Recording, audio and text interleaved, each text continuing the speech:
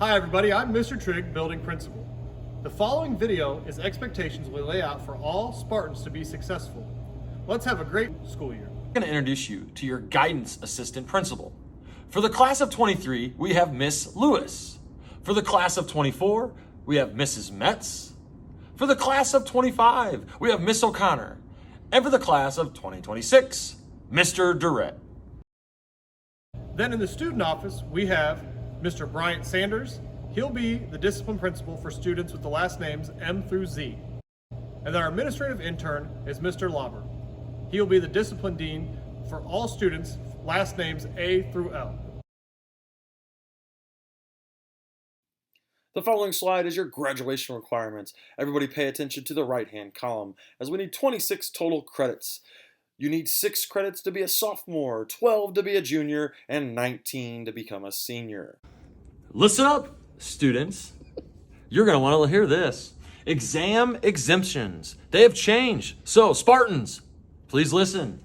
Qualified class exemptions are as follows. Freshmen, you get 2 final exam exemptions both semesters. Sophomores, you also get 2 final exam exemptions both semesters. Juniors and seniors, you get 3 final exam exemptions both semesters. Absences. Students must have 5 or fewer absences to exempt. In-house counts as an absence. School activities or trips do not count as an absence. Some absences may be excused by the building principal at his or her designee. Discipline. If a student receives any type of out-of-school suspension, he or she is required to take final exams. Each exam exemption is determined per class. In order to qualify for an exemption, a student must have a grade of B or better as his or her final grade for both quarters.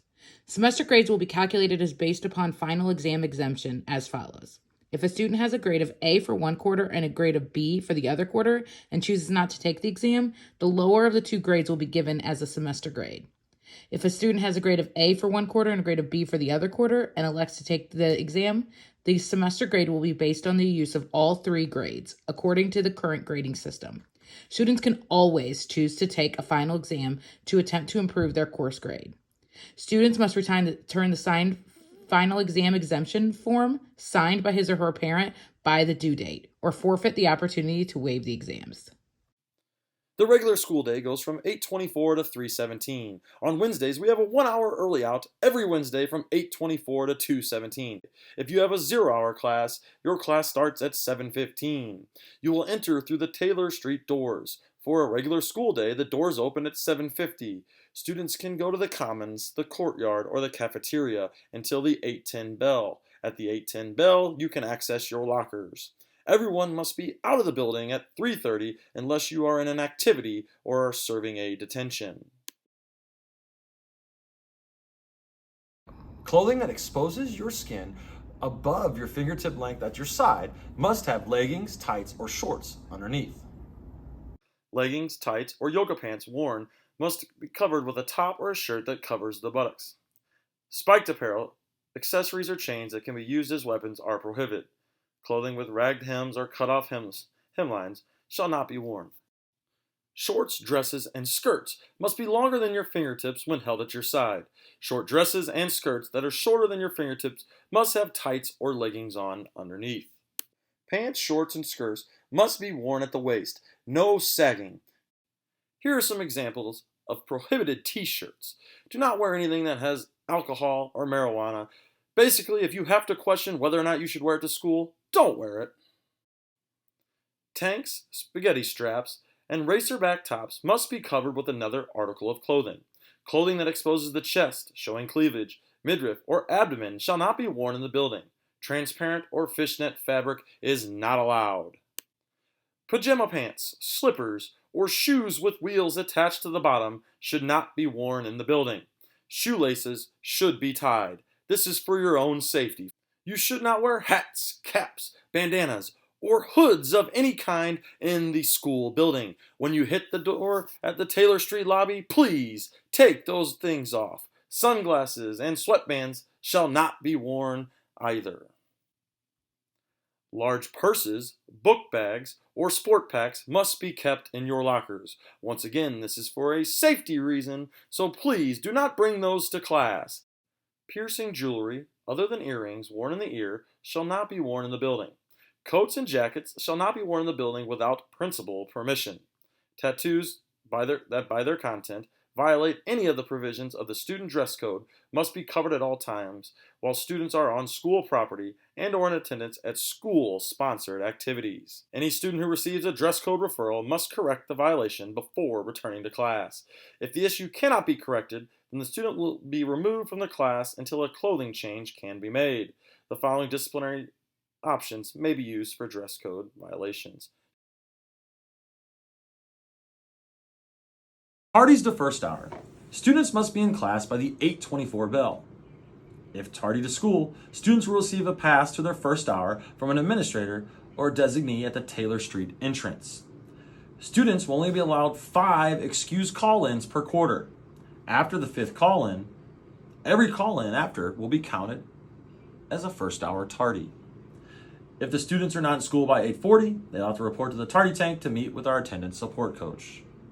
Consequences for tardies will be assigned by an administrator based on the discipline continuum. Your disciplinary consequences for first hour tardies. Your first through 4th times tardies to school, you will be issued a warning and documented in the system. Your 5th and 6th time will have a parent contact and you'll have a half day of in-house. Your 7th time and beyond is a parent contact and a full day of in-house for every tardy. So your 7th time, full day. 8th time tardy to school, full day, and so on. Tardies 2nd through 7th hour. A student is considered tardy if they are not in the classroom when the bell rings. Students, after the bell rings, you have 2 minutes to get to your class and you're going to be counted tardy. The teacher will mark you tardy in the info system. After 2 minutes, if you are not in class, students will need to report to the student office as they are now considered truant. Consequences for tardies for 2nd through 7th hour will be assigned by an administrator based on the discipline continuum. Truancies! First hour after 8:40, students will report to the commons area. Attendance support coach and the parent educator will track those truancies and administrators will issue consequences. Periods 2 through 7, any student who is more than 2 minutes late to class will be considered truant. Those students will report to the student office and be given a pass to in-house. Students will be assigned the following consequences for being truant. For their first warning, they will get in-house for the period. Same for their 2nd, 3rd, and 4th warning. However, at the 5th warning, the parents will be contacted and you will get a half day of in-house. Same thing for your 6th. 7th truancy and above, you will receive a full day in-house and your parents will be contacted. Parents are to call the attendance office if you are going to be absent. If your parents fail to call about your absence, you will be considered unexcused. Illness, death in the family, religious holiday, and emergency at home are excused absences. If you need an early dismissal, please have your parents call the attendance office. Otherwise, you will be considered unexcused and you'll have a closed campus violation if you leave without your parents calling the attendance offices. Except in the case of out-of-school suspension or expulsion, all absences from class or school other than those previously defined as excused shall be considered as unexcused. Electronic devices. Students will be allowed to listen to music and text on electronic devices anywhere in the building throughout the day in common areas. These common areas include the hallways, the cafeteria, the commons, the courtyard. However, students must abide by individual teachers' rules regarding electronic devices in their classrooms. Students will be allowed to wear only one earbud or Bluetooth device when listening to electronic devices. Students will not be allowed to talk, these are active phone calls, FaceTime, or show videos and or record on their phone in these common areas. Videoing for any reason is never allowed. Students will only be allowed to talk on electronic devices, phones, anywhere in the building before the 8:10 bell, during lunch, or after school. During lunchtime, students are allowed to talk, text on electronic devices in the cafeteria, the courtyard, and the commons. The return to the one earbud use continues when they enter the academic building. Consequences will be issued to students refusing to respect electronic device policies. Smoking is not allowed on school grounds and adjacent to school grounds. Smoking includes tobacco products, paraphernalias, lookalikes, and e-cigarettes. There will also be no vaping or juuling on school grounds. The parent or guardian will be contacted if you are caught doing this. Hall conduct. Only one earbud or Bluetooth device may be used to listen to music during passing periods. No active phone calls, FaceTime, showing of videos, or recording. No backpacks except before or after school in the hallways. Those who are allowed will have a tag on their bag. Walk on the right side of the hallway.